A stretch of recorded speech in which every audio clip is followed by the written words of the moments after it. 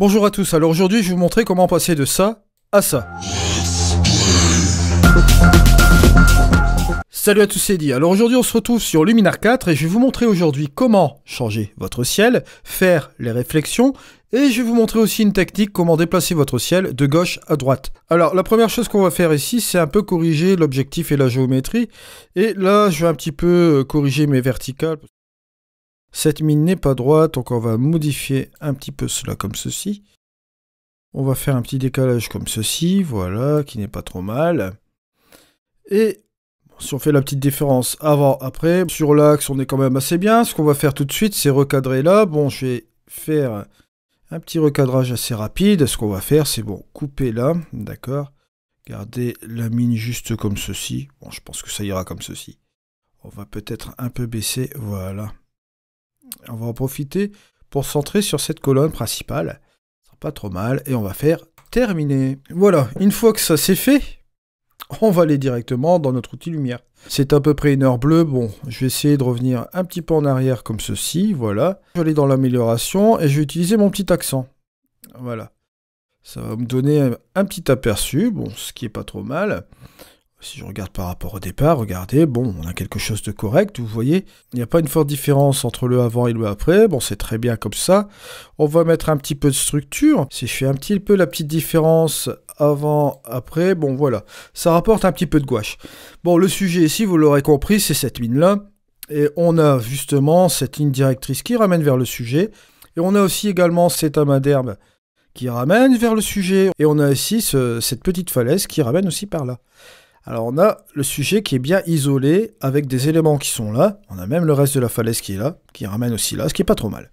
Alors, première chose à observer. La première chose à observer, c'est que la luminosité vient de par là. Ok. Alors si vous faites un changement de ciel là-dedans, on va aller directement dans les créatifs. Vous allez voir, vous allez dans l'outil remplacement de ciel. Vous allez sélectionner un des ciels qui sont ici, ramener un de vos ciels. Je vous le rappelle, vous choisissez du TIFF ou du JPEG à votre convenance. Là, on va faire plutôt un style de photomontage. Alors, je vais prendre un Sunset Clouds, celui-ci, voilà, qui va bien correspondre avec le sujet de mon image. Si j'enlève ce nuage et que je le remets après, on voit que la luminosité arrive de par là, ok? Donc ça, c'est pas trop mal, on va le garder comme ceci. Ce que je vais faire, c'est utiliser la fonction combler les lacunes, juste un petit peu comme ceci, pour faire réapparaître un petit peu ma falaise comme ceci. Pour que la transition soit quand même bien faite. Je vous renvoie au tuto précédent que j'avais fait sur Luminar 4 avec le remplacement de ciel et la petite vidéo, le petit vlog. Je le mets dans la petite étiquette juste au-dessus. Alors ce qu'on va faire également ici, c'est qu'on va simplement, regardez, un truc très très simple, utiliser le Relight Scene. Au niveau de la brume atmosphérique, je peux peut-être en ramener un petit peu. Ça peut aider aussi pour que ce soit moins saturé au niveau du ciel. Bon, bien sûr, ce curseur de brume atmosphérique, ça sert à gérer, comme son nom l'indique, la brume atmosphérique. Mais là, en l'occurrence, ça sert aussi à, comment dirais-je, à désaturer aussi un petit peu le ciel, forcément. Donc ça peut apporter une aide là-dessus. Le changement de ciel a réussi à se nicher dans ce petit trou aussi également. Vous voyez, c'est quand même assez incroyable. Je tenais quand même à le faire notifier, ce petit truc-là. Si je regarde aussi également à cette partie-là, c'est la même chose, vous voyez. Il a réussi à faire quelque chose de pas trop mal. Voilà, une fois qu'on a fait cela, on va pas chercher midi à 14h. Je vais vous montrer tout de suite comment faire une réflexion sur l'eau. Bon, là, c'est très simple. Vous appuyez sur le petit plus. Voilà, juste comme ceci. Et vous faites un nouveau calque analogue. Voilà. Une fois que vous avez votre calque analogue, vous avez cette fonction qui est juste là. La transformation de calque. Vous appuyez sur ce bouton, voilà, on arrive sur la transformation de calque. Que va-t-il se passer? Eh bien, vous pouvez faire ceci, regardez. Hop, vous pouvez simplement flipper l'image, vous voyez, la ramener en bas. Et là, forcément, ce qui va se passer, bon, on peut même la déplacer, hein. On va regarder un petit peu l'horizon, comment ça se passe. Bon, on va la ramener un petit peu juste comme ceci. Et on va peut-être ramener ce truc-là, ici, comme ceci, voilà, ça sera pas trop mal. D'accord? Juste comme ça. Vous allez cliquer sur terminer, bien sûr. Bon. Une fois que vous avez fait cela, vous allez changer en mode de fusion. On va se mettre en mode multiplicateur. Vous voyez, juste un peu comme ceci. Le mode multiplicateur, ça va vous faire réapparaître un petit peu le sujet ici à l'arrière. Et ce que vous allez faire, vous allez utiliser un pinceau. Vous voyez, un pinceau. dont vous allez changer l'opacité forcément à peut-être à allez, 21%, un truc comme ça. Et là, regardez, vous allez donner un petit coup comme ceci. Voilà, juste un peu comme ça. Voilà, c'est très important ce que je suis en train de vous faire. Hein. Voilà, juste un peu là, juste un petit peu ici. Et vous allez voir, vous allez avoir un petit peu bon, les réflexions de ces nuages sur la flotte, quoi. Ok? Bon, là, bien évidemment, j'ai utilisé le mode multiplicateur. Mais si on voulait jouer avec quelque chose d'autre que le mode multiplicateur, on peut très bien le faire aussi. Regardez, on peut utiliser par exemple la lumière crue. Voilà. Bon, là, c'est un petit peu trop fort, hein, on est d'accord. Ou la lumière douce. La lumière douce, qui est un petit peu plus logique dans cet esprit-là. Regardez. Si on fait la petite différence sans et avec, vous voyez, on a ramené une réflexion. Et vous voyez, je vous l'ai fait en 2-3 minutes. Hein. Ça va très très vite. C'est un truc vraiment facile. Bon, maintenant, vous allez me dire, ouais, mais Eddy, c'est bien beau tout ça, mais bon, le remplacement de ciel, on ne peut pas bouger les nuages, ni de gauche, ni à droite. Il n'y a pas la fonction. C'est vrai, je vous l'accorde, mais moi j'ai une astuce. Là, je vous invite encore à nouveau à faire un calque analogue. Voilà, une fois que le calque analogue est fait, vous appuyez sur transformation de calque. Une fois que vous êtes là, vous allez simplement vers la droite, juste comme ceci. Voilà, vous déplacez juste là, et vous appuyez sur terminer. D'accord? Bon, on va se remettre plus ou moins bon, sur la même lignée, voilà, et vous appuyez sur terminer. Voilà, une fois qu'on est sur le calque analogue, là, cette fois-ci, on va cliquer sur le pinceau, ok? Là, je vais me mettre en opacité en 100% par contre. D'accord? Et je vais aller sélectionner, par exemple, bon, le mode de fusion différence. Là, vous voyez que, bon, on a déplacé cette partie-là.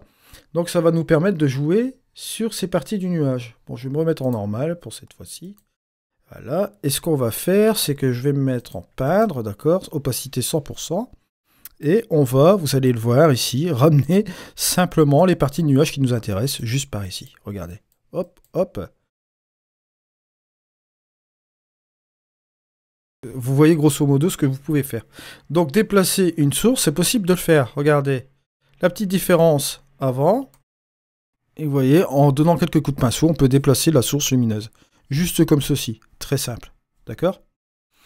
Alors, vous avez aussi une possibilité alternative, c'est d'utiliser, bien entendu, la fonction que vous avez dans la toile avec le tampon de duplication. Mais ça va demander un petit peu plus de temps quand même. Hein. Donc, là, pensez à utiliser la transformation de calque, c'est très utile dans ce cas-là. Alors, là, je vais supprimer ce calque parce que, bon, en l'origine, je ne cherchais pas à déplacer ma source lumineuse. Donc, on retrouve notre photo comme on l'avait avant. On va peut-être amener un nouveau calque de réglage. Cette fois-ci, je vais me mettre en lumière, allez, lumière crue, voilà, pour avoir ce truc-là. Et on va utiliser, bien entendu, notre petit pinceau avec une opacité, bon, bien sûr, à peut-être 9%, voilà. Et ce que je vais m'amuser à faire, c'est un peu, on va dire, faire un petit marquage ici, un petit détourage là. Voilà. Qui va être assez sympa. Voilà, juste là.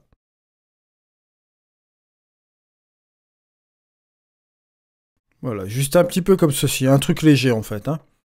Je vais regarder ce que ça donne. On a ici le avant et le après. Pour avoir quelque chose de plus ou moins léger. Et puis je peux même un petit peu appuyer. Bon, allez. Avec un masque de luminosité. Un calque de réglage ici, on va aller chercher mon panel. Voilà, cette fois-ci.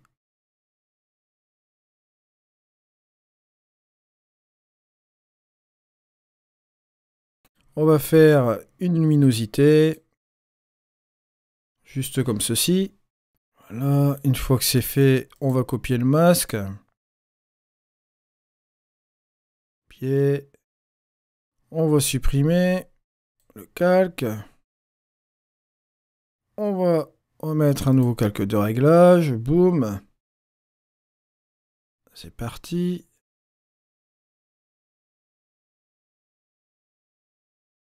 Un petit coup de pinceau. Boum. Coller. On va mettre peut-être ici une petite lumière douce. Voilà, ça peut apporter quelque chose. Regardez avant. Après. Vous voyez que c'est fait. Et si on fait la petite différence entre le avant et l'après, regardez, hop, vous avez ici le avant et vous avez le après, vous voyez? On a tout refait l'ensemble, bon, qui est pas trop mal. Alors, une fois qu'on a porté cela, ce qu'on peut faire, c'est ajouter encore un nouveau calque de réglage. Je vais enlever les prédéfinis. On va aller dans l'outil vignette, bien sûr, vignettage. On va baisser la quantité. Je vais aller sélectionner le sujet qui sera cela. Qui sera la mine, bien sûr. On va baisser la taille. Je vais peut-être rajouter une petite lumière interne. Allez, une petite progressivité. On va jouer avec l'arrondi. Bon, comme ceci, ce sera pas trop mal. Et on va revenir un petit peu en arrière comme ça. Voilà. Ça fait un petit truc assez sympa, avouez-le. Voilà. Avant, après, voilà. Pas trop mal. Et bien sûr, bien entendu, si au niveau des couleurs, vous trouvez que ça fait un petit peu trop flashy, bah vous revenez en arrière sur la saturation, tout simplement. Et vous jouez avec le curseur vibrance, vous voyez.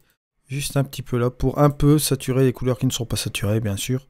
Juste comme ceci. Bien évidemment, là, j'ai un peu trop désaturé, donc il faut ramener quand même un petit peu de couleur, un minimum. On va dire que ça, ouais, moins 41, comme ceci, c'est pas trop mal. Regardez la différence, avant, après. On a quelque chose de pas trop mal, qui est propre. Allez, au revoir.